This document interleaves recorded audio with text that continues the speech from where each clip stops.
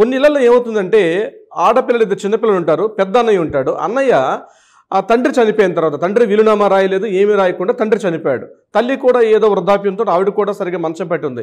ఇటువంటి స్థితిలో తన ఇద్దరు చెల్లెళ్ళకి కూడా ప్రాపర్టీ ఇవ్వకుండా, ఒక తమ్ముడు ఉంటే తమ్ముడికి కూడా ప్రాపర్టీ ఇవ్వకుండా మొత్తం ప్రాపర్టీని అన్నయ్య ఏం చేశాడంటే తన పేరు మీదకి ట్రాన్స్ఫర్ చేసుకున్నాడు. అంటే అది ఇల్లు కావచ్చు, లేకపోతే ఎకరాల పొలం కావచ్చు, చిన్న ప్లాట్ కావచ్చు, ఏదైనా కావచ్చు, అపార్ట్మెంట్లో ఫ్లాట్ అనేది ఏదైనా కావచ్చు.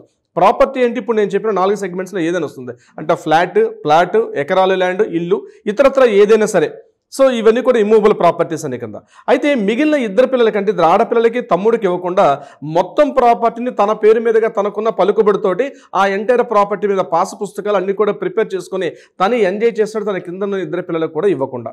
ఇటువంటి సందర్భాల్లో ఆడపిల్లలకి హక్కు, తమ్ముడికి హక్కు వస్తుందంటే తప్పనిసరిగా వస్తుంది.